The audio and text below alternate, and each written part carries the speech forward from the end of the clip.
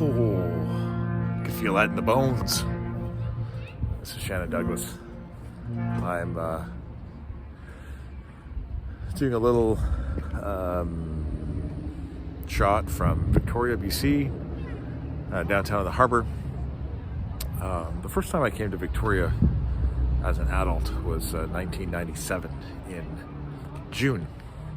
I'd met a Nisga'a traditional carver and painter in Vancouver and initiated some conversations with him about tradition. And I was studying religion, comparative mythology, storytelling, and ancient cultures, with an interest in mysticism and the big questions like, who are we? Who am I? And I was introduced to a character by George, Nisga'a carver, and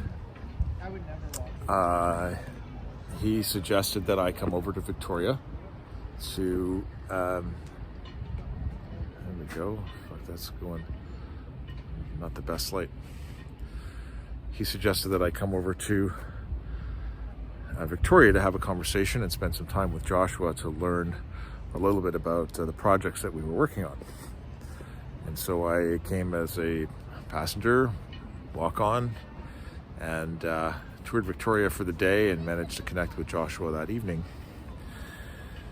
And the questions that I've been asking had to do with really big sacred questions. The kinds of questions that we have traditions for, like baptism and bar mitzvah and rites of passage and crossover into adulthood, rituals of initiation, as it were.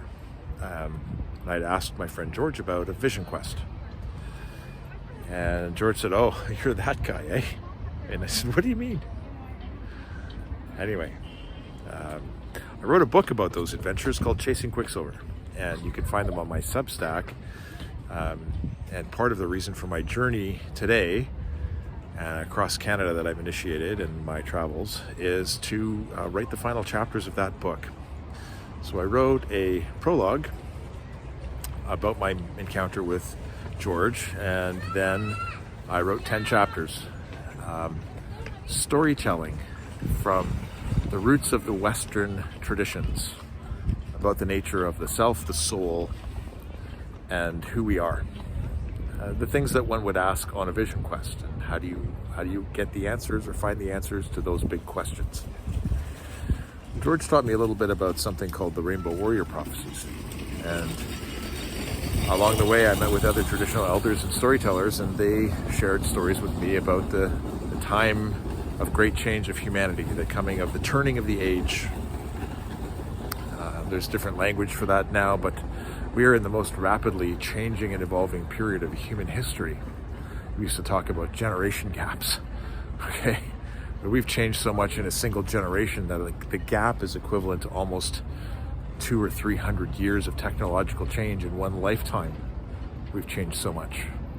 So these generation gaps are causing all kinds of stresses and problems in the world, and we've had exploding population and technology and resource extraction, and we've built incredible empires.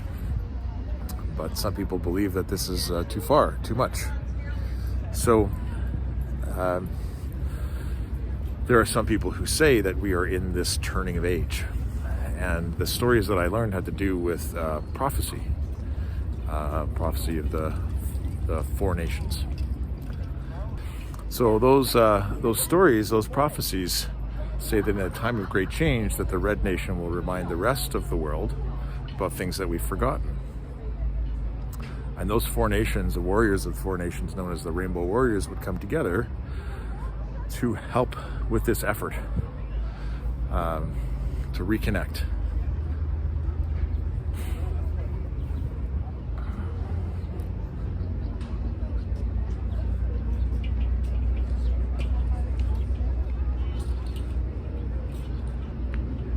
So part of my journey and part of my frustration with this idea of wokeness, with this idea of historic oppression, with this idea of anti-racism, is that it divides people.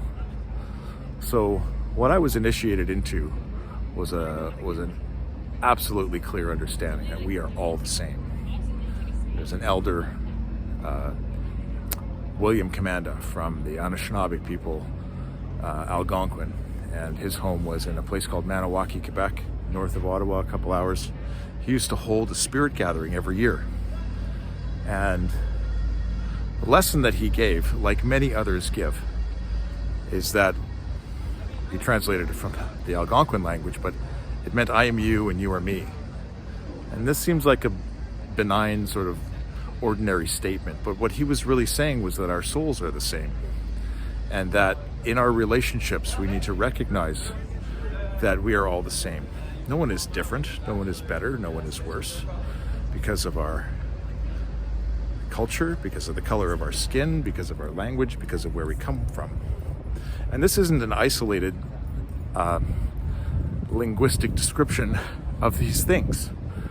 The idea of Namaste from the yogic traditions is a greeting that says, I see you as a soul embodied in this walk with a purpose. And I too, I am a soul embodied in this walk with a purpose. And I greet you, recognizing your divine purpose here. And a genuine greeting of Namaste is a sacred recognition of humanity. Another way of describing that, or using that word, or similar words, shalom, which is a Hebrew language, and it means the same thing. And there's a Sanskrit term, tatsvam asi. It means thou art that. And it takes the idea of I am you and you are me to a whole different level. And that level is that what I do to the world, the mark I leave upon the world, is a reflection of me. We used to say this to our kids, you're a reflection of me. Remember, make good choices. But everything that we do and everything that we engage in is a reflection of who we are. So how we act, how we behave, how we engage with people, in all of these different language frames and language sets is a sacred thing. And in my opinion, we have forgotten the sacredness of our relationships, especially when we move into positions where we're advocating for the redress of historic injustice, and that means going about vengefully seeking to punish wrongdoers and people who supposedly inherit the unearned benefits and unearned privileges. I am you and you are me. It's the most important teaching that I've ever had. And I received it in my initiations as a rainbow warrior.